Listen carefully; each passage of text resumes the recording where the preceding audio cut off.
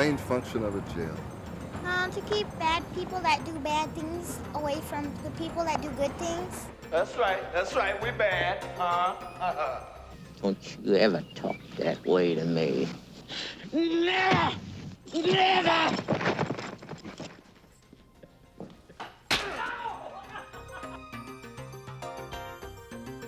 Personally, I would think a jail and a prison are one and the same. I don't think the jail here really serves that much of a purpose. I mean, it's definitely a necessary thing, but I think that, it's pretty much misdemeanors, nothing really major. What we've got here is failure to communicate.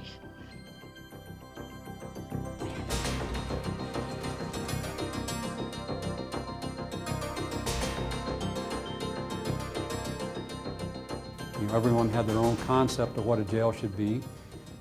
We thought the one that we had was just fine. You pack them in like rats in a cage and they'll be just fine.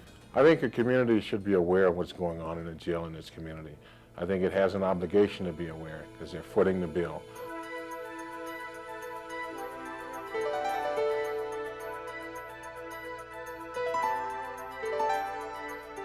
Brick and mortar, fences, walls, doors locked tightly shut, containing trouble, keeping it away, out of sight, and out of mind.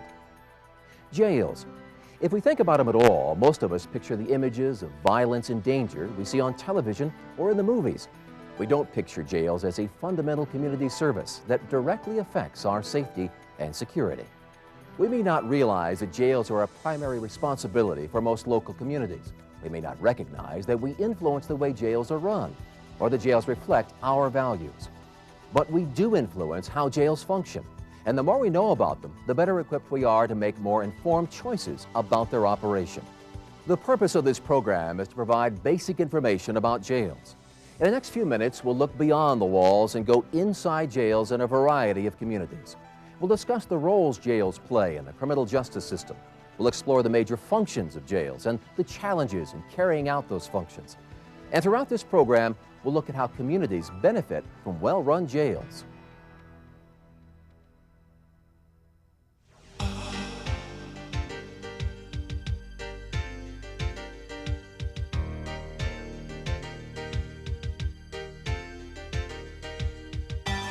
What is a jail? Jails, especially small jails, are part of the community. The basic function of a jail is definitely community safety. They serve basically as the gatekeeper for every person that enters the criminal justice system. A jail is a community within a community. The jail is at the very hub of the criminal justice system that exists within their community. Without that jail, the police would be less effective, the courts would be less effective, prosecutors and others who are a part of that system would not be able to do their jobs and create the safe community that's desired.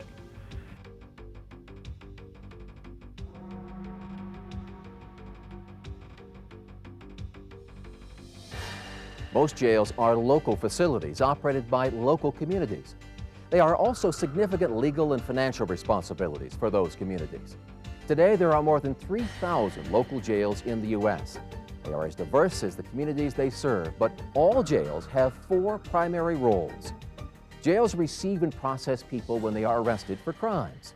Jails hold people in pretrial detention until courts resolve their cases.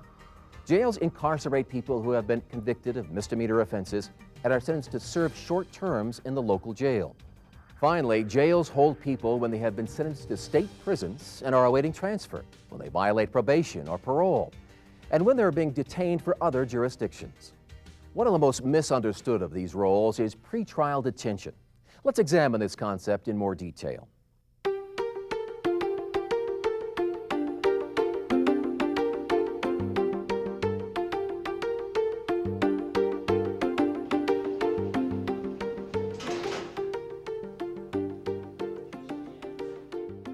The courts allow most people who are arrested to post a bond to ensure that they will appear in court.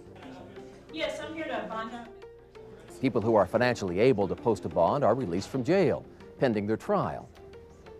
People who are not financially able to post a bond must remain in jail to assure their appearance in court. People held for pretrial detention are accused of a wide range of crimes, from petty theft and bad check writing to kidnapping, rape, and homicide. In a small minority of these cases, the charges against the person are so serious that the court may refuse to set bond, and the person must remain in jail. More than half of the people in the nation's jails are pretrial inmates. In the American system of justice, the accused are considered innocent until proven guilty. Therefore, pretrial detention inmates are in jail to ensure their appearance in court and not to be punished. This is a critical point that is often misunderstood or overlooked.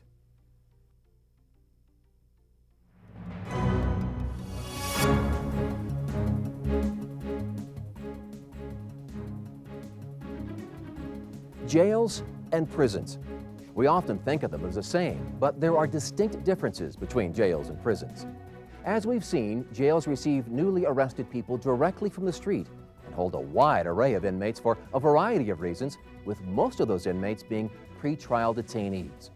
Prisons, on the other hand, incarcerate only those people who have been tried and convicted of serious felony crimes and sentenced to long terms of incarceration. Every person who's on death row has gone through a local jail first. Every person who's serving a life sentence has been through a local jail first.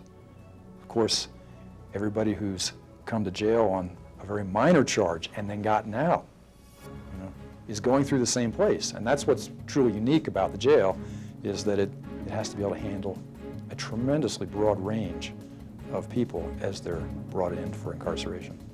In addition, most jails are operated and financed at the local level with local tax dollars. Prisons, on the other hand, are run by state or federal agencies using state or federal funds. Local communities exert significant control over the way their jails are run and the decisions they make about allocating community resources. The more local communities know about jail operations, the better prepared they can be to make well-informed decisions about the jail that can benefit the community as a whole. Let's look at day-to-day jail operations and the challenges inherent in those operations. Jail operations involve two primary functions. One is booking and release, the other is custody. Booking and release is the function of processing people into and out of the jail. The most significant challenge of the booking and release function is the constant flow of people that pass through jails today. More than 10 million people are processed through American jails every year.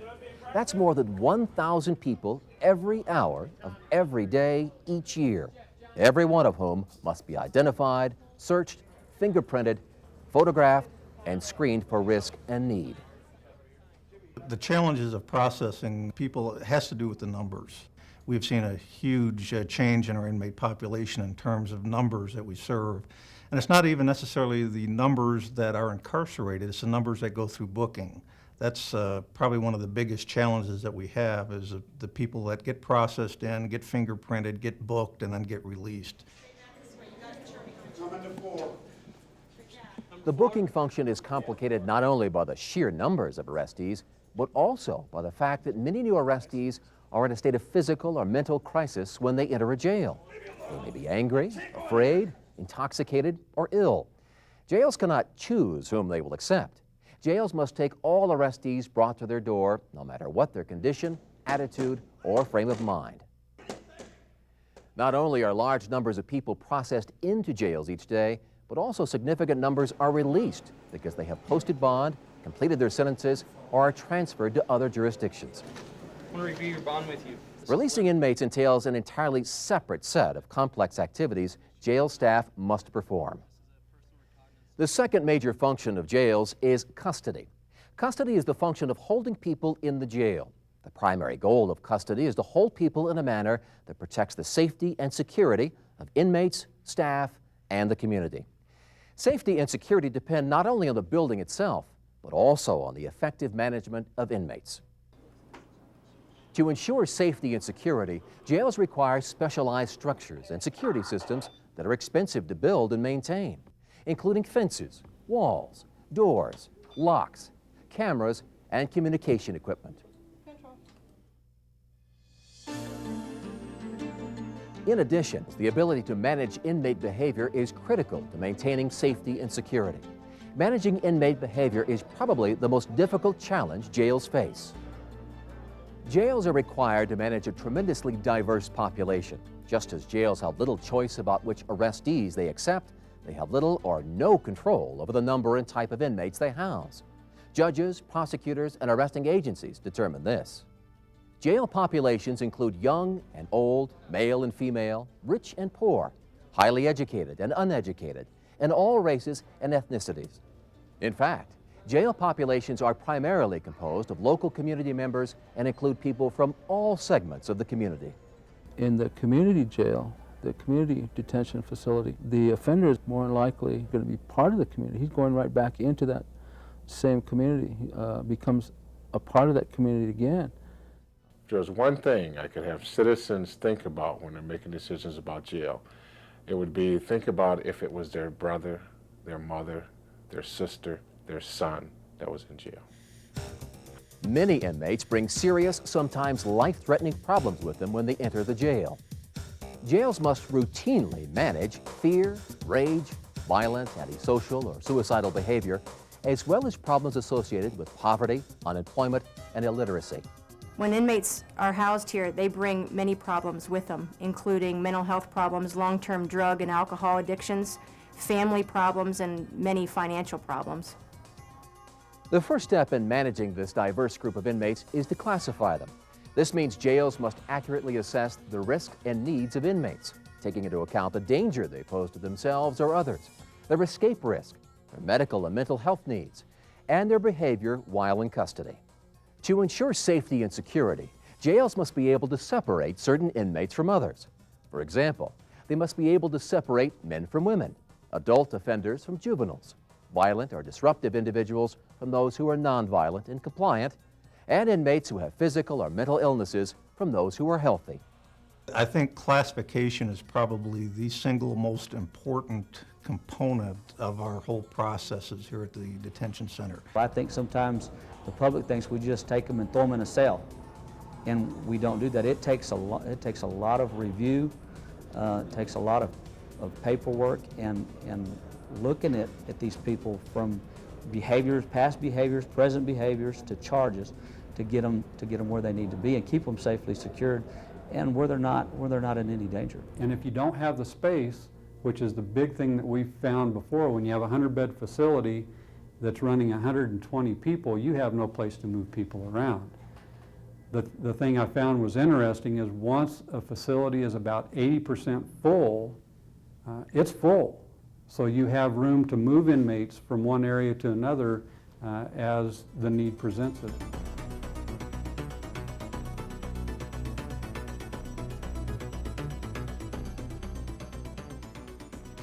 Jail staff must also effectively supervise inmates.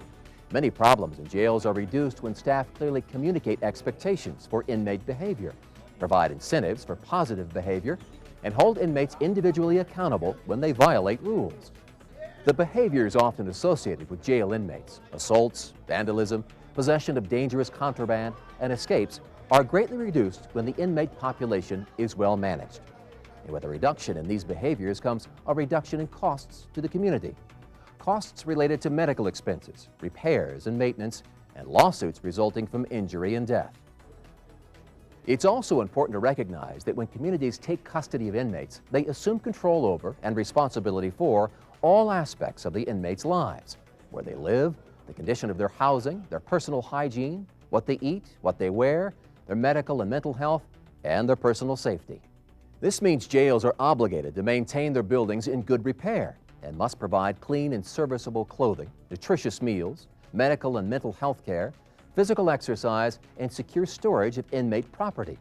Jails must also allow inmates to maintain contact with family, friends, clergy, and attorneys through visiting, telephone access, and mail. With all these responsibilities, jails are, in fact, self-contained communities. I think people think of a jail in terms of just putting somebody away, locking them up, and throwing away the key. Jail operations is much more complex. We're a microcosm of the community. A jail is a small community, and it has all the challenges of any other community in terms of providing for safety, food, medical, education. We are a small community. Some communities have chosen to go beyond meeting the basic needs of inmates by providing programs that offer opportunities for education, self-help, and change. These communities believe that programs are valuable inmate management tools and that they may help prevent some inmates from committing additional offenses after their release. Jails must be well maintained, well operated, and attentive to basic inmate needs, not only because this is critical to safety and security, but also because the law requires it. Communities that operate jails must do so in compliance with clearly established legal mandates. Before the 1960s, the public and courts largely ignored conditions and practices in jails. The courts had adopted a hands-off policy toward inmate complaints that challenged institutional conditions and practices. During the 60s and 70s, the U.S. became engulfed in a struggle to increase the rights of many groups. In such a climate, rights of prisoners became an issue. Courts across the nation recognized that jail inmates do not lose their constitutional rights, although those rights may be restricted. There is now a body of clearly established law with associated liability that addresses nearly every aspect of jail operations.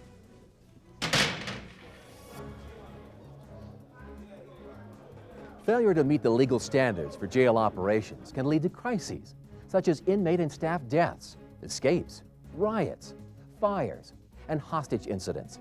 Incidents such as these can result in lawsuits, federal court intervention, significant legal costs, and financial damages that can severely and adversely affect the function and services of local government.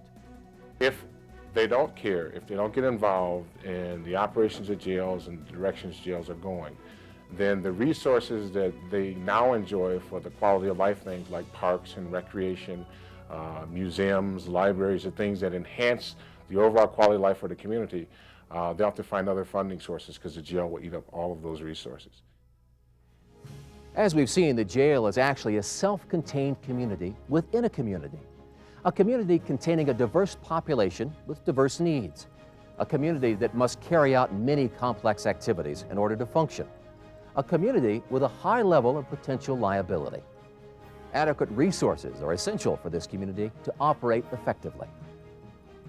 Jails are one of the most costly functions of local government. Their specialized facilities are expensive to build and maintain. Jails operate 24 hours a day, 365 days a year. This makes them staff intensive and results in a high level of wear on facilities and their equipment, fixtures, and furnishings. The county jail that we run is one of our largest funding burdens that we have on the county, and it's funded through local property taxes and gross receipts taxes of the community and paid for exclusively by the local community.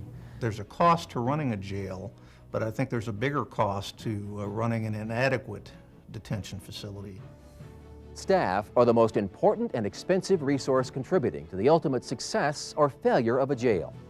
Given the challenge of managing the inmate population, the wide array of activities, the complexity of those activities, and the significant liability involved in jail operations, hiring and retaining qualified staff is absolutely critical. Jail staff must be highly competent and well-trained.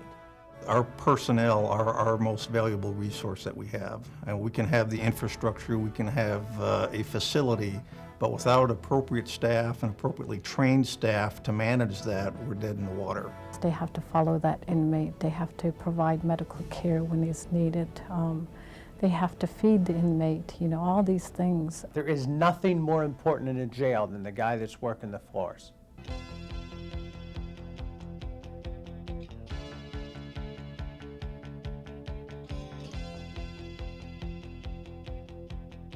As we've seen, jails have well-defined roles in the criminal justice system, but local communities can make certain decisions about which people require secure detention and which people can be managed in alternative settings.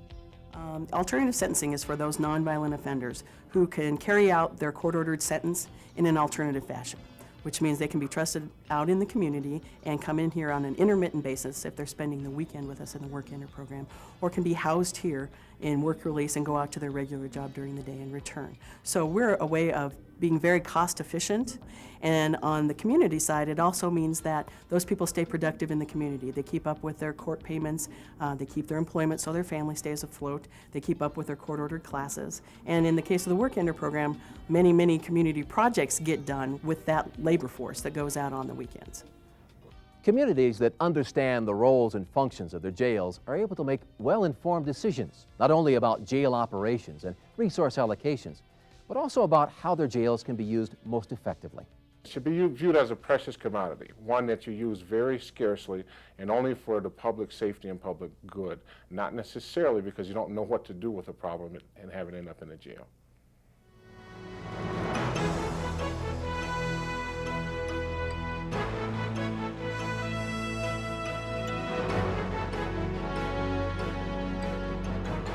Jails have a far greater significance in our communities than most of us realize. They are a primary responsibility for most local governments. They are a critical component of the criminal justice system, and they play an integral role in providing safety and security in our communities. When a community recognizes the importance of its jail, addresses jail-related issues, and supports the jail with adequate resources, the community as a whole benefits. The community can gain a greater voice in how its jail is run and reduce liabilities associated with its operation. The community can benefit from a safer, more efficient jail. This, in turn, can provide the most important benefit, a community that is safer and more secure overall.